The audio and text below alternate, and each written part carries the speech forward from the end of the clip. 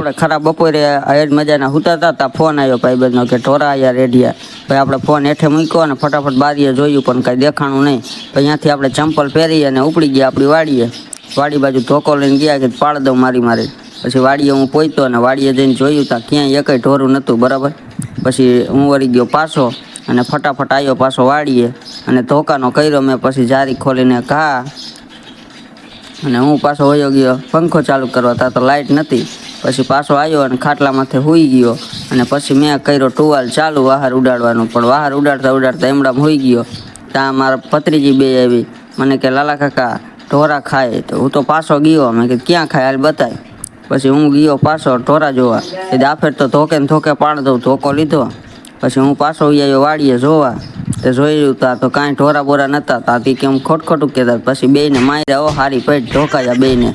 તો આ વિડીયો કેવો લાગ્યો, સારો લાગ્યો તો લાઈક કરી વાળજો અને સબસ્ક્રાઈબ કરી નાખજો. જય માતાજી.